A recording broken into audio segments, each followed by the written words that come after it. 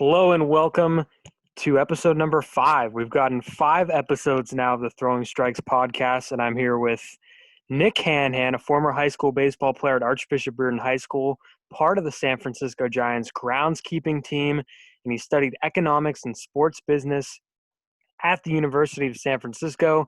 Thanks for coming on the show, Nick. How are you doing? Pretty good, man. Thanks for having me on today. So I've asked everyone that has come on this show so far. I've asked the same question to begin it, and I'll ask you too. So what have you been doing during this shelter in place? Have you picked up on any new activities? What's life been?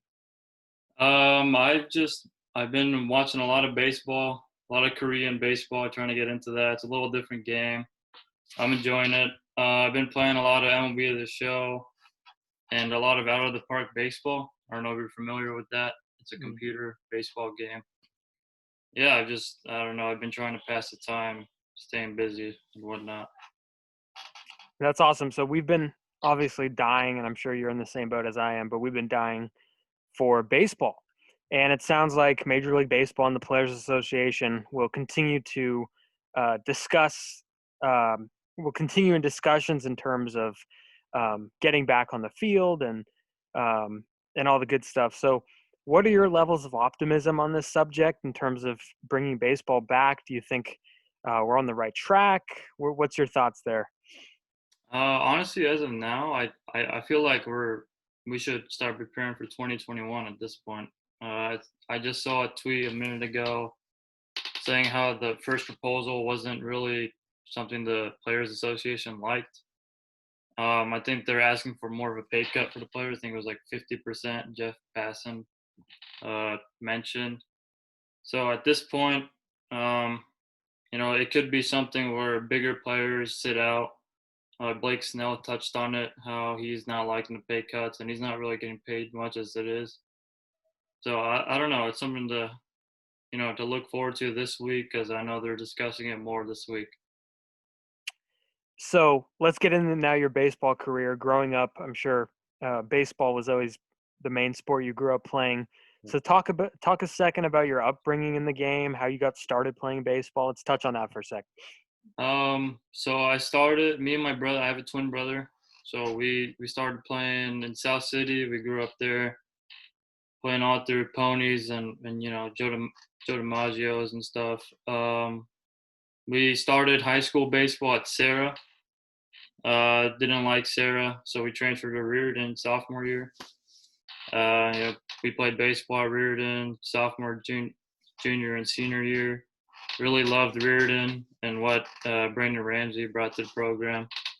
I think we started out in his first year. We really loved it, and after Riordan, I didn't really play, Division I baseball or JUCO baseball. I created the club baseball team at USF with one of my friends of mine, and we joined a different league as part of a club baseball league. We played all sorts of teams like Stanford, St. Mary's, and Humboldt State, and we really enjoyed that. But I think baseball, as far as playing, is done for me. So what was it about the game that kind of stood out to you? Because I know a lot of people, a lot of multi-sport athletes. I know baseball's losing a ton of multi-sport athletes to sports like basketball and football. So what is it about baseball that kind of stood out to you? Um, I don't baseball. I think it's the team aspect of the sport that I really liked. Basketball and football sure have a team aspect to it. Football's a little different with the two sides of it, offense and defense. They don't really talk.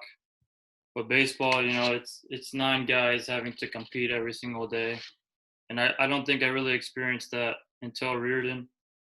You know, we grinded every single day in the weight room and on the field and off the field. We were just with each other constantly, communicating and whatnot.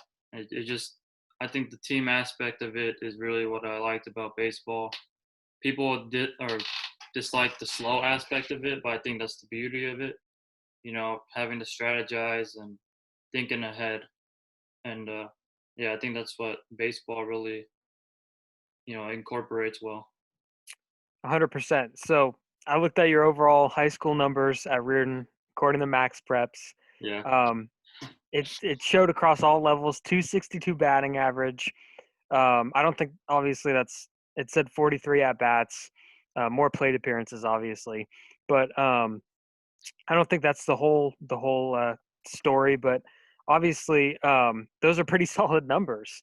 So, what were the keys to your success in playing high school baseball? I know you mentioned in the weight room and the camaraderie with the guys. So, what were some of your keys to have a solid high school career?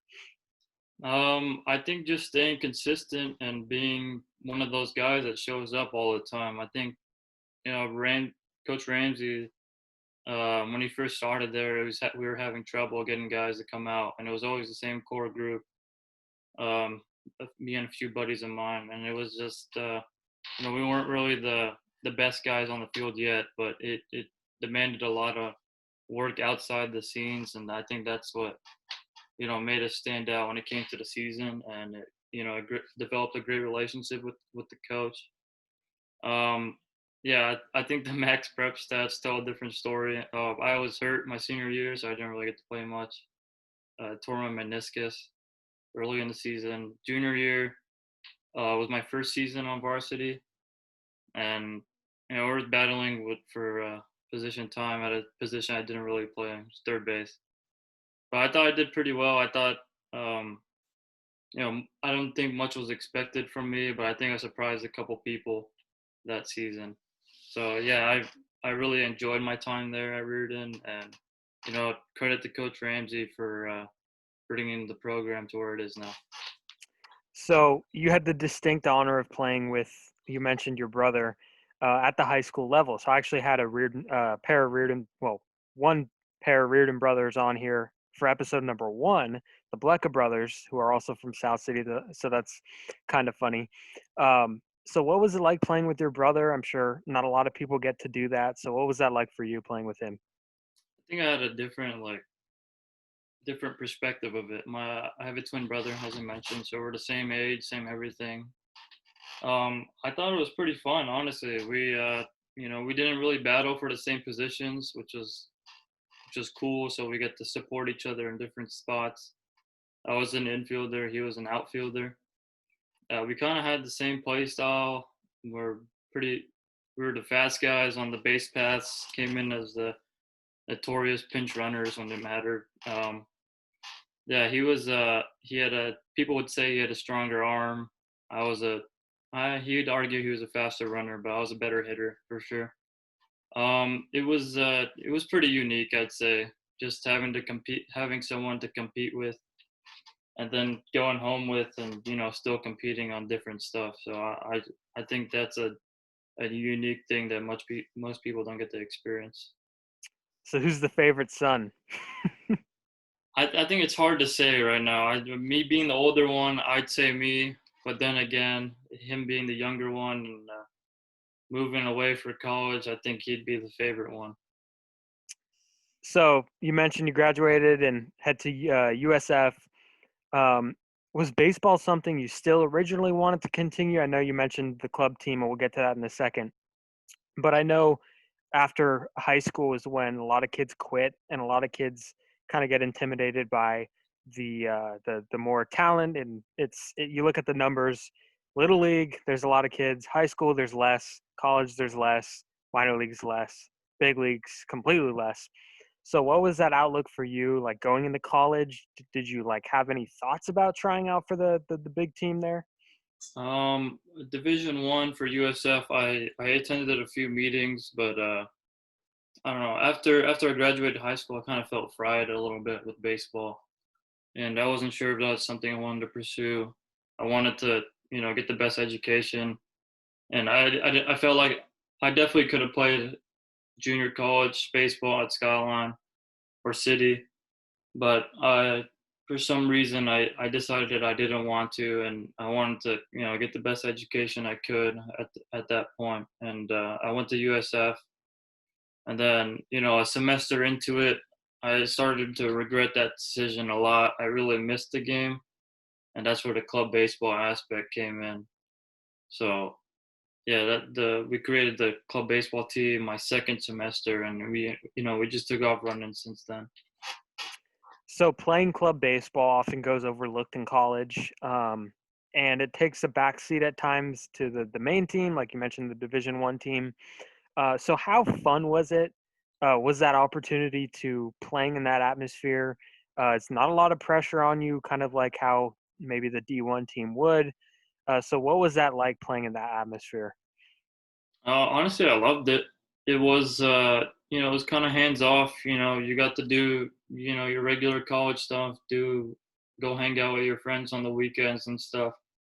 So as the structure was, we had one or two practices a week in the fall, and then in the spring we'd play our game. So we'd have 5 teams in our division, and we played 3-game series every single weekend against one of the 5 teams.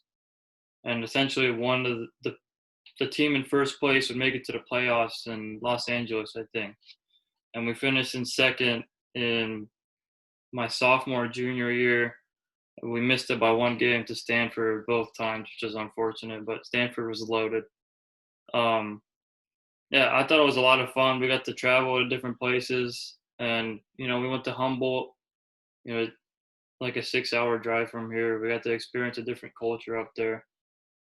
Stanford, St. Mary's, both local teams. We got to compete, and you know, we had a great group of guys, and we had a bunch of fun, I'd say. So were you the player manager of the? Because I know you're a club president, but were you the player manager of USF? Yeah, I like to consider myself the Pete Rose player manager, but we had a coach, but I was doing most of the stuff behind the scenes, like money and stuff and setting lineups and whatnot. But yeah, it was pretty fun to have that experience. I'd say something you don't really get to have. That's pretty awesome. Um, so I also did some research on you, and I found that you worked with the junior Dons as a coach. So can you describe what you did there, and what was that experience like? So I had another former Riordan baseball player, Jeff D'Alba. He started out working with them as a coach with the Junior Dons 8U team, I think. And, I got in contact with him because he was doing it. And, he hooked me up. We both started coaching the 8U team. He was coaching the gold team. I was coaching the black team. And we worked that. It was, tournaments and whatnot, how Little League baseball works out. We were going to, Manteca and I forget the facilities now, but we went all over the place playing different tournaments. Yeah, we got hooked up in that, and we did also summer camp. Summer camps were 100 kids coming out to play on the USF baseball field, which is newly renovated. I'm sure you guys got to play there. Mhm. Um, it's a nice facility. We got to hold different camps, play scrimmages with 11-year-olds, which is a lot of fun. Getting to strike people out and stuff. But yeah, it was a lot of fun. We finished our last tournament. We came out as champions in November. So that was our last tournament together. So it was a lot of fun. So I've come around coaching young kids before too, and I found that it's kind of difficult to teach them stuff young Yep. because there's so much more advanced stuff that like I personally found myself wanting to teach them like oh, here's how to do a balk move, but then you realize that they're like 10 and 8. So how have you run into that problem where you want to teach them more but you can't, and how much does patience play a part in coaching baseball?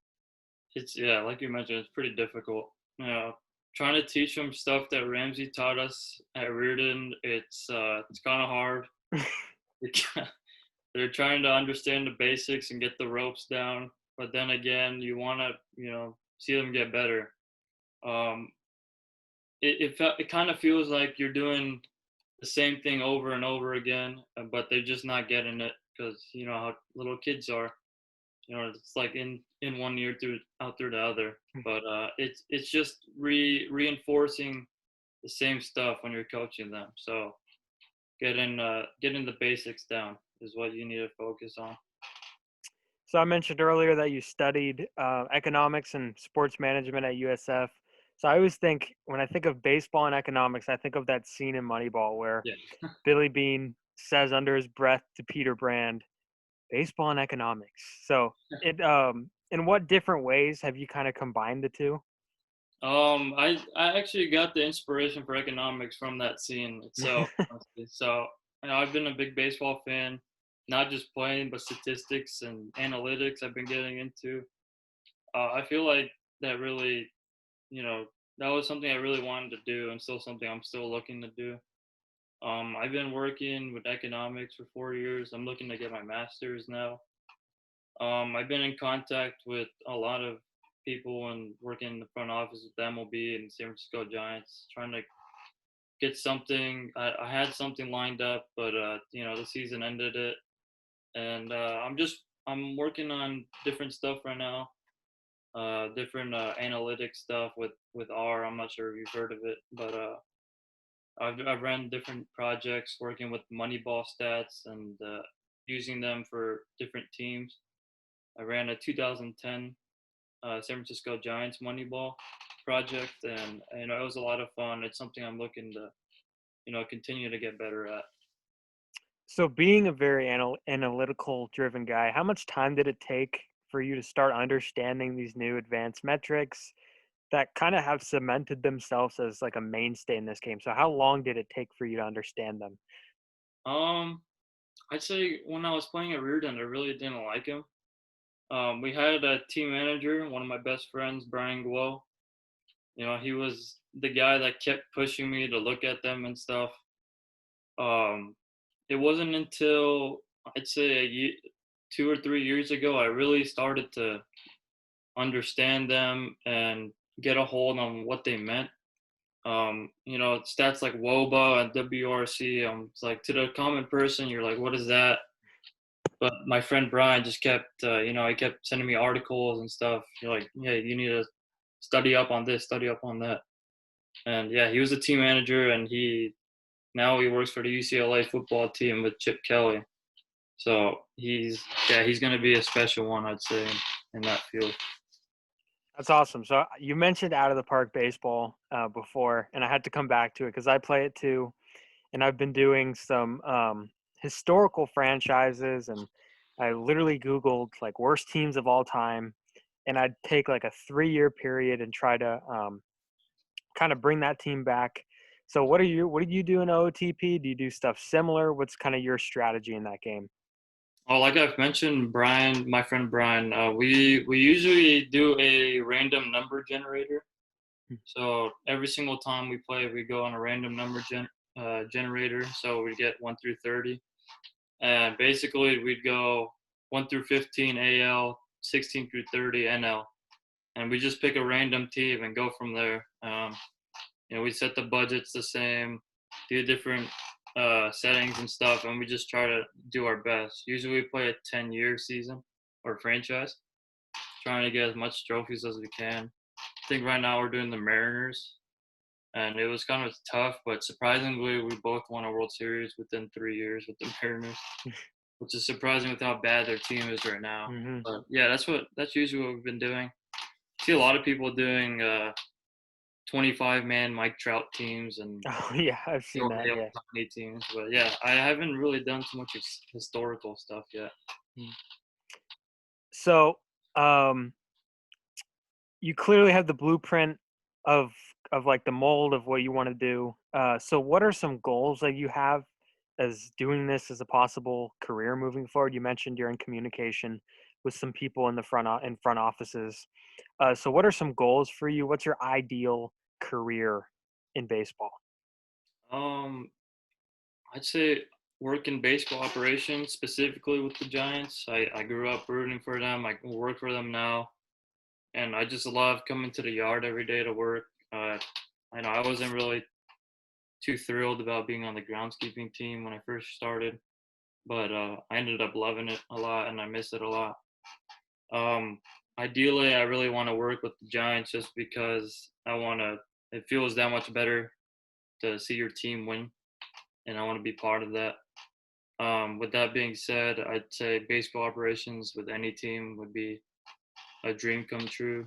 Having to work under general managers, if not become a general manager one day. So yeah, I'd say that's the dream, to become a general manager. That's awesome. So if we could just show Farhan what you did with the Mariners, and I'm sure Yeah. he'll pull the trigger. So you also mentioned you're a grounds keeper at Oracle Park. So how did that whole thing come about? How'd you get that gig?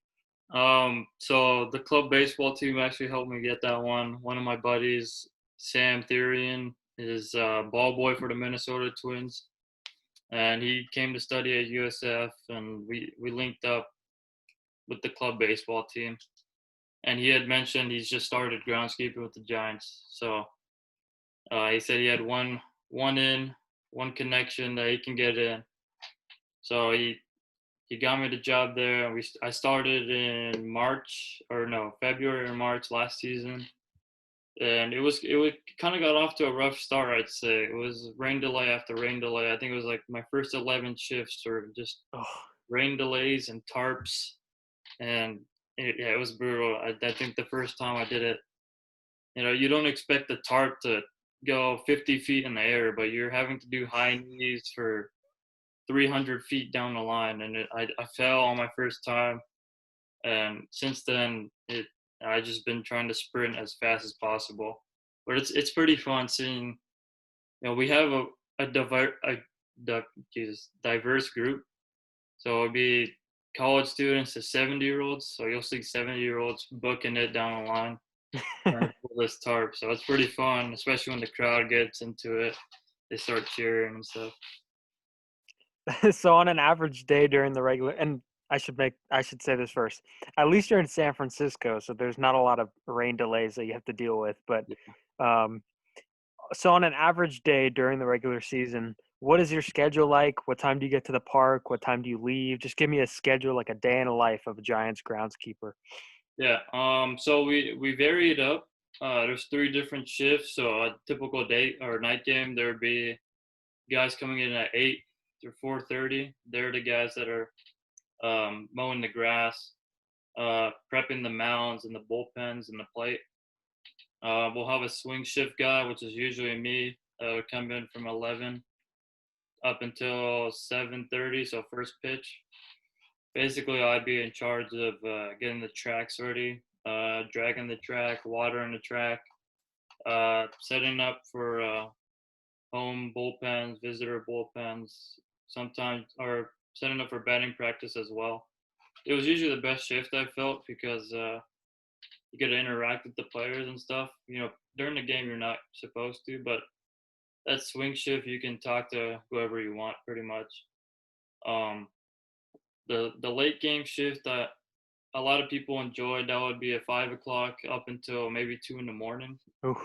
So you'd be responsible for setting up for the game, doing the drags. We do a drag in the third and the sixth, and then you'd be responsible for post game.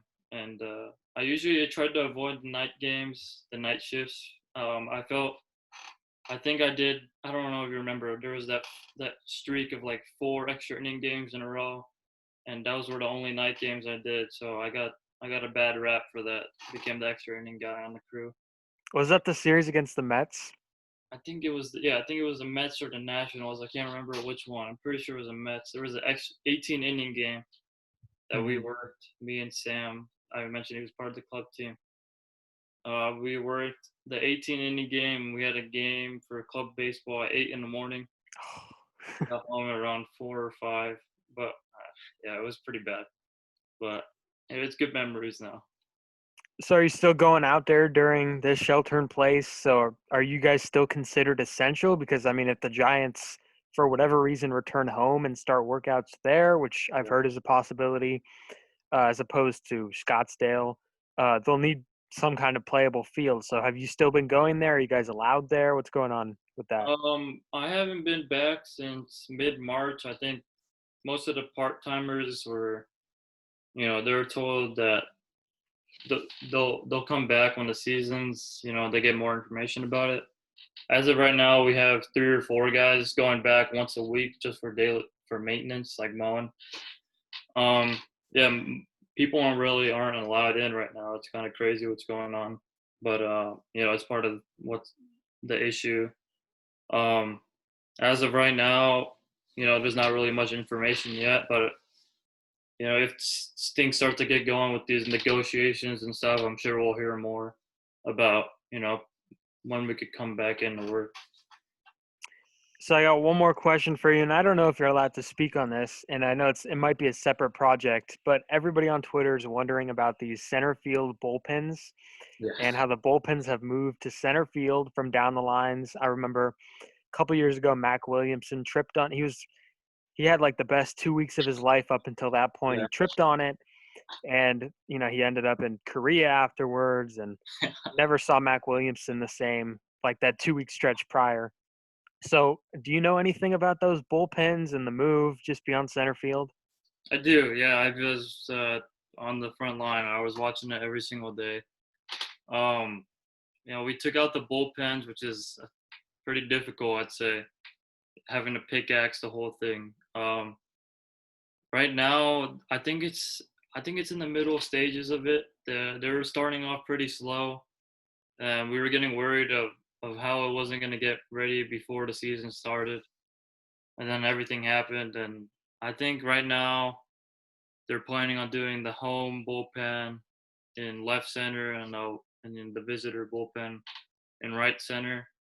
Last I saw, it was all cemented out. It's gonna be see-through gates, so you can see through the bullpens and stuff. Yeah, I haven't seen it in a while, but I heard they were about a week or two away from being completely done. Yeah, I know one of my buddies, Taylor Worth. You might follow him. He's been on that story. Um, so yeah, I know. I had to ask the question because Yeah, everybody's been wanting to know about the bullpen fences. All right, Nick. Thank you so much for joining me, everybody. Nick Hanhan, remember the name. He's going places. He'll be in a big league front office pretty soon. Nick, thank you for joining me. thank you for having me. So where can people find you? Where can people follow you or whatever? Do you have any plugs that you want to plug in? Yeah, I'm on pretty much every social media. Every social media is gonna be at Nick Hanhan, just my name.